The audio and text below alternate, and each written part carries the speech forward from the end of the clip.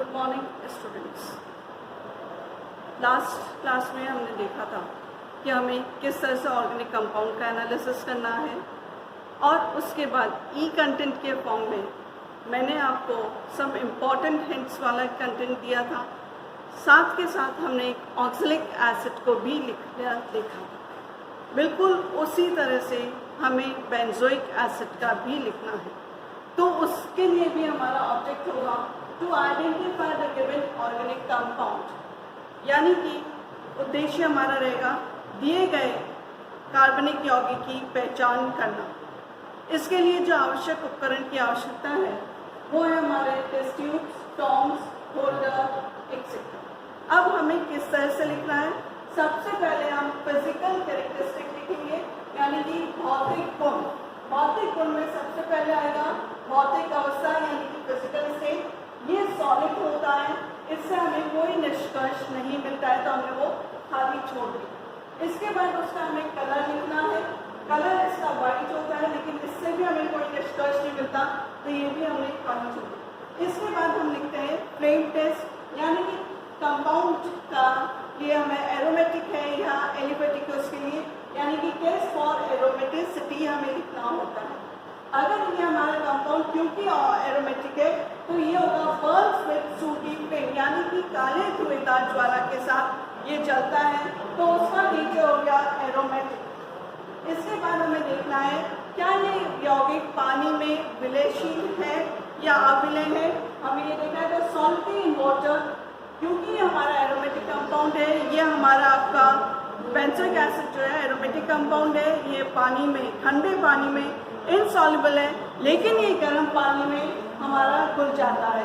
इसके बाद हमारा जो फोर्थ पॉइंट आता है, फोर्थ पॉइंट हमारा है litmus paper test, test with litmus paper. Fourth point हमारा हो गया टेस्ट विद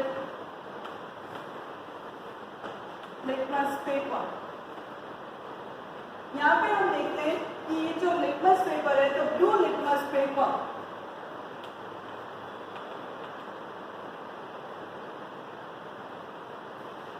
टर्न्स रेड, यानी कि नीला लिटमस पर लाल में परिवर्तित हो जाता है। इससे हमें इंफ्लुएंस मिलता है, निष्कर्ष मिलता है कि ये हमारा कंपाउंड अम्लीय प्रकृति का है, एसिडिक इन नेचर। इसके बाद फिफ्थ पॉइंट हमारा है test for element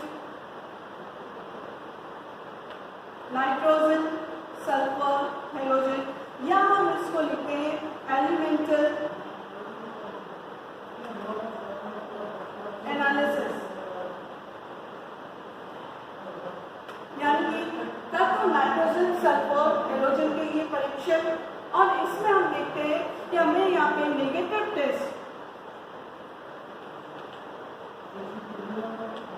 for element nitrogen, sulphur, halogen, यानी कि जब हम इस पर एनएस बना के नाइट्रोजन, सल्फर, हेलोजन के लिए टेस्ट करते हैं तो हमें नाइट्रोजन, सल्फर, हेलोजन के ऋणात्मक परीक्षण मिलते हैं। और जब ये ऋणात्मक परीक्षण लिखेंगे मिलते हैं तो निष्कर्ष हमारा हो जाएगा element nitrogen, sulphur, halogen absent. अब यहाँ पे हमारे पास एक निष्कर्ष और हम लिख सकते हैं कि ये जो हमारा कंपाउंड है, कंपाउंड में contain carbon, hydrogen and oxygen, यानी कि कंपाउंड जो हमारा है वो कार्बन, हाइड्रोजन और ऑक्सीजन से मिलकर बना हुआ है। इसके बाद हमारा जो सिक्स्थ पॉइंट आता है, सिक्स्थ पॉइंट हमारा होता है टेस्ट फॉर फंक्शनल ग्रुप, यानी कि क्रियात्मक समूह के लिए परीक्षण।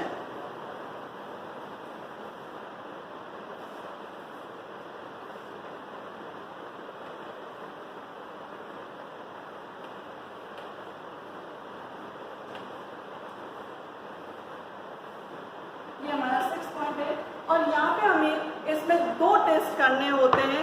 पहला टेस्ट हमारा है जब हम कंपाउंड के added sodium bicarbonate solution to the solution of organic compound.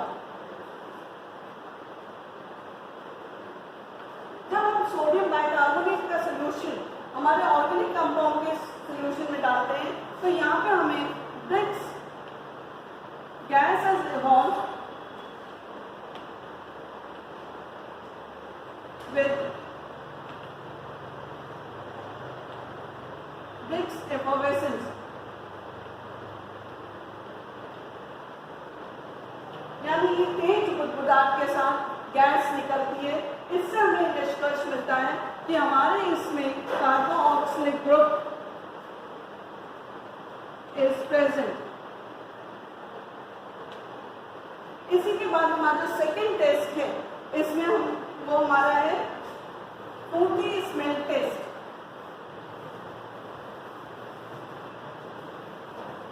वो हमारा है fruity smell test added few drops of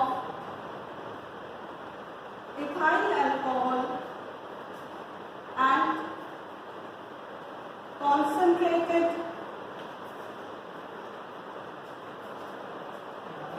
sulfuric acid to the solution of organic compound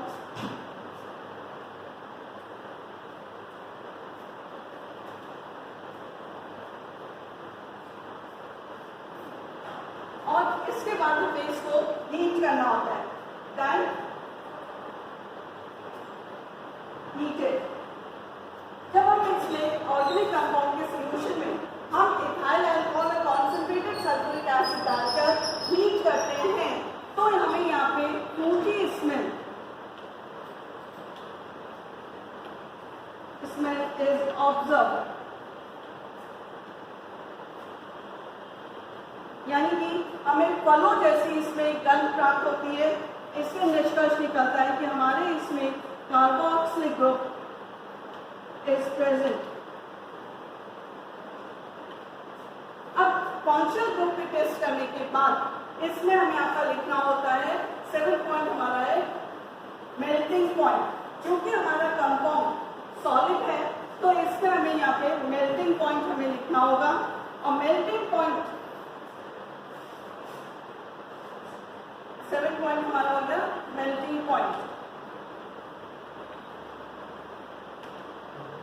और जब हम इसका मेल्टिंग पॉइंट देखते हैं तो ये हमें आपका 122 डिग्री सेंटीग्रेड हमें मिलता है। अब ये जो हमें 122 डिग्री सेंटीग्रेड है ये हमारा थ्योरेटिकल है, ये हमारा एग्जैक्ट बेंजोइक एसिड का है। लेकिन जब हम एक्सपेरिमेंट करते हैं तो ये जरूरी नहीं है कि हमारा जो मेल्टिंग पॉइंट है 122 डिग्री ही सेंटीग्रेड आए। जब हमारे पास मेल्टिंग पॉइंट हम निकाल लेते हैं तो हमें इससे 2-3 डिग्री सेंटीग्रेड ऊपर और 2-3 डिग्री सेंटीग्रेड नीचे तक के हमें आपके कंपाउंड्स को चेक करना होगा। यानी कि 8 पॉइंट हमारा हो जाएगा लिस्ट ऑफ पॉसिबल कंपाउंड्स। अब क्योंकि हमारा कंपाउंड एरोमेटिक था तो हमें एरोमेटिक कार्बोक्सिलिक ग्रुप में ही हमें उसके सारे एसिड्स जो हैं वो हमें देखने, जो कि 122 डिग्री सेंटीग्रेड के नियरर हमें है, उसके पास के हैं, हमें उनकी एक आपके प्रोबेबल लिस्ट बनानी है।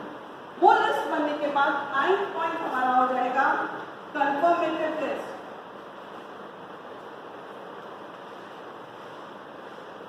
Test for organic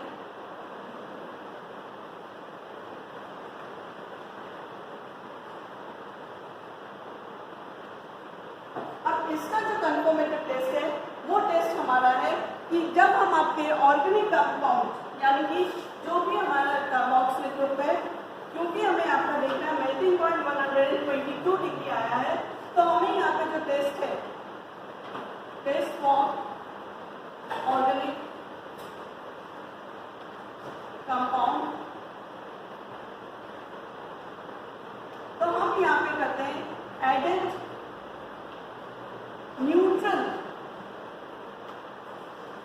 ferric chloride solution to the solution of organic compound. जब हम फेरिक क्लोराइड का न्यूट्रल सोल्यूशन डालते हैं तो यहाँ पे हमें बफ कलर सोल्यूशन और कहीं ना कहीं हमें यहाँ पे बफ कलर का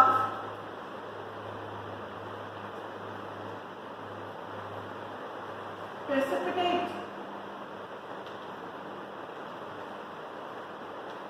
भी मिलता है।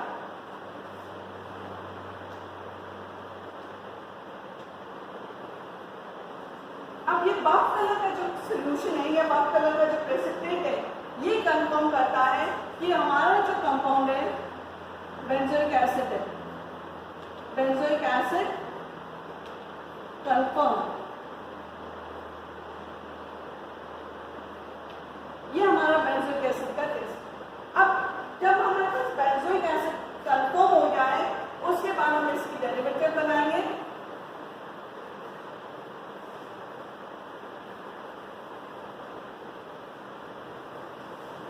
इसके बाद हमें इसकी डेरिवेटिव बनानी है। डेरिवेटिव बनाने के बाद उसका मेल्टिंग पॉइंट लेना है और फिर उसके बाद हमें यहाँ पे रिजल्ट लिखना है। द गिवन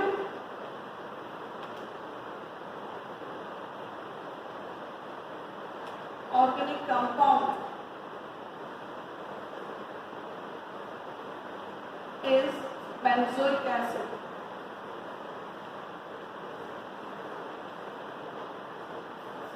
यहाँ पे लास्ट में आप बेंजोइक एसिड की संरचना भी बना सकते हैं। तो इस तरह से हमें आपका बेंजोइक एसिड का जो है टेस्ट हमें लिखना है। नेक्स्ट क्लास में हम दूसरे ऑर्गेनिक कंपाउंड को डिस्कस करेंगे। Thank you.